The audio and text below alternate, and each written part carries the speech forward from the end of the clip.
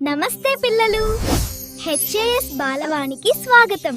మనం కలిసి హిందూ ధర్మం గురించి తెలుసుకుందాం.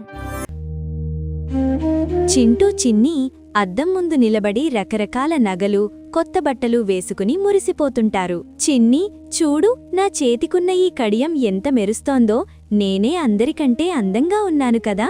అవును చింటూ, కాని నా మెడలో ఉన్న ఈ మెరిసే హారం చూడు, ఇది చంద్రుడిలా మెరుస్తోంది. సుధాకర్ మామ ప్రవేశిస్తారు. ఏంటి పిల్లలు, నగలు వేసుకుని చాలా మురిసిపోతున్నారు. మీకు తెలుసా, ఇవన్నీ నిజమైన అలంకారాలు కావు.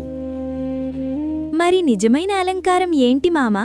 మన సంస్కృత కవి భర్తృహరి ఒక చక్కని శ్లోకంలో దీని గురించి చెప్పారు. శ్రద్ధగా వినండి. కేయూరాణి న భూషయంతి పురుషం, హారా న చంద్రోజ్వలాః, న స్నానం న విలేపనం న కుసుమం, నాలంకృతా మూర్ధజాః, వాణ్యేకాసమలంకరోతి పురుషం, యా సంస్కృతా ధార్యతే, క్షీయంతేఖిలభూషణాని సతతం, వాగ్భూషణం భూషణం.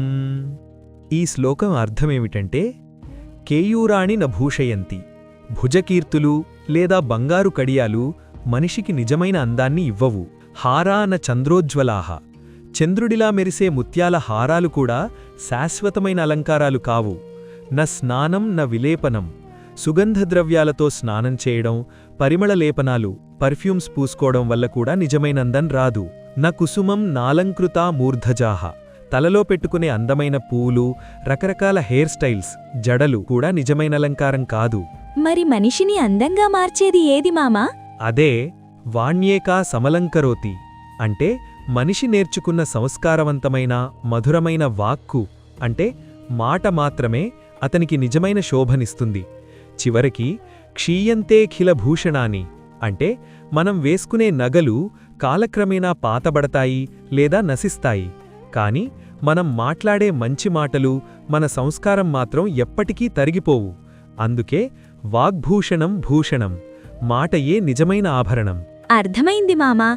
ఇక నుంచి మేము అందంగా కనిపించడానికి నగలు, రంగుల మీద కాకుండా అందరితో మర్యాదగా, ప్రేమగా మాట్లాడటం మీద దృష్టి పడతాం. అవును, మా మాటలే మాకు పెద్ద అలంకారం. షబాష్ పిల్లలు, ఎప్పుడూ గుర్తుంచుకోండి, మంచి మాట మనిషికి కోటి తులాల బంగారం. మన హెచ్జేఎస్ బాలవాణి ఛానల్ని సబ్స్క్రైబ్ చేసుకోండి. మీ ఫ్రెండ్స్ అందరికీ కూడా చెప్పండి.